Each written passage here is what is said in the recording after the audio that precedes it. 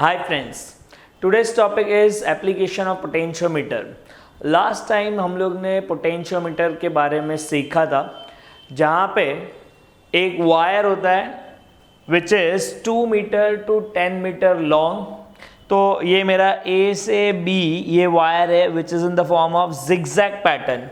Because ये wire बहुत बड़ा होता है तो हम लोग स्ट्रेट नहीं रख सकते, तो इसको जिगजैग पैटर्न में रख दिया है ये. और हम लोग ऐसा सोचते हैं हर एक लेंथ 1 मीटर, ये 1 मीटर 1 मीटर 1 मीटर करके ऐसा लगा दिया. ओके, ये यूनिफॉर्म वायर है जिसको हम लोग ने एक सेल कनेक्ट किया है. इसका नाम है ड्राइविंग सेल, जिसका ये इंटरनल रेजिस्टेंस है R. और करंट कंट्रोल करने के लिए यहाँ पे एक एक्सटर्नल रेजिस्टेंस कनेक्ट किया है RE. ये हम लोग ने लास्ट टाइम सीख लिया है. अब हम लोग करने वाले इसका use which is called application. तो फर्स्ट एप्लीकेशन इसका है compare EMF of 2 cells by individual cell method called direct method. तो इसमें अपना आउटपुट क्या आने वाला है, तो 2 सेल हो गए अननोन. तो लेट्स से E1 और E2 ये दोनों अननोन सेल है और मुझे इसके EMF को कंपेयर करना है. तो अगर कंपेयर करना है that means we need to find what is E1 by E2 provided if E1 is greater than E2. तो ये मेरा अजम्पशन है कि E1 is greater than E2. तो E1 बाय E2 का रेशियो क्या होगा, यूजिंग पोटेंशियोमीटर फाइंड करेंगे. तो पोटेंशियोमीटर चलाने के लिए कुछ कंडीशंस है. तो 2 कंडीशन है. पहला कंडीशन, अननोन सेल का पॉजिटिव टर्मिनल ड्राइविंग सेल के पॉजिटिव टर्मिनल से कनेक्टेड होना चाहिए. तो मैं यहाँ पे एक कनेक्ट करता हूँ अननोन सेल.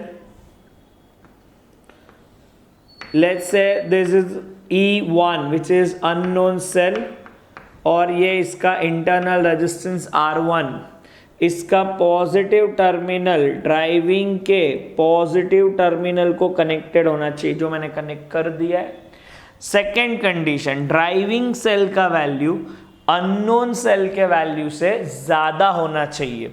तो यहाँ पे एक और कंडीशन लिखेंगे. हमारे पास एक और कंडीशन आ गया दैट E1 और E should be greater than E1. ये कंडीशन है, ये मेरा अजम्पशन है, ये कंडीशन भी है.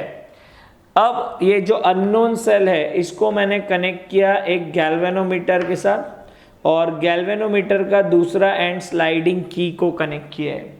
स्लाइडिंग की को मैं डिफरेंट पॉइंट पे टच करने वाला हूँ. एक पॉइंट मिल गया यहाँ पे, इसको नाम दिया पॉइंट P और इसको बोलते हैं null point. Galvanometer will show zero deflection, null deflection. तो अगर गैल्वेनोमीटर नल डिफ्लेक्शन बता रहा है मतलब गैल्वेनोमीटर में से जो करंट फ्लो हो रहा है वो ज़ीरो है, यहाँ से करंट ज़ीरो है. और लास्ट वीडियो में हम लोग ने एक्सप्रेशन लिखा था, कोई भी अननोन सेल का वैल्यू अगर ढूंढना है तो फॉर्मूला है potential gradient into its balancing length. तो लेट्स से A से P का जो लेंथ है उसको मैंने नाम दे दिया L1. तो L1 is a balancing length when cell E1 is connected alone. Potential gradient is constant. E1 is equal to potential gradient into L1. Important term है यहाँ पे L1. तो what is L1? L1 is a balancing length for cell E1 connected individually because is individual cell method. अब आपको क्या करना है, E1 को निकाल देना है और E2 को कनेक्ट कर देना है. तो समझो मैंने यहाँ से चेंज करके E2 कनेक्ट किया जिसका इंटरनल रेजिस्टेंस R2 है. अब बैलेंस पॉइंट या नल पॉइंट सेम रहेगा या थोड़ा पीछे जाएगा या थोड़ा आगे जाएगा. तो वैल्यू ऑफ E1 और E2 में E1 ज़्यादा है, E2 कम है.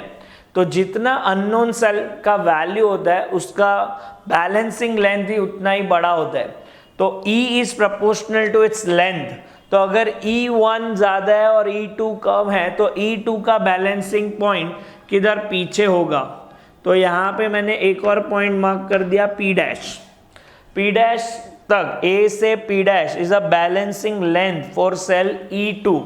तो अगर E2 के लिए मुझे लिखना है तो E2 is equal to potential gradient into L2 where L2 is a balancing length for cell E2 only.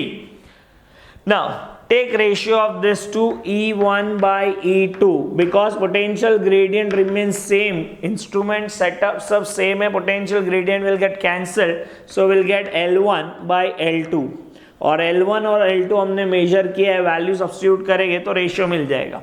So this way we can compare EMF of two cell.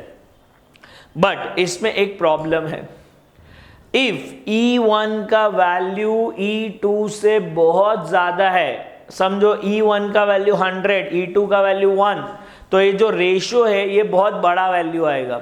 And if this ratio is very high, relative error will be very high.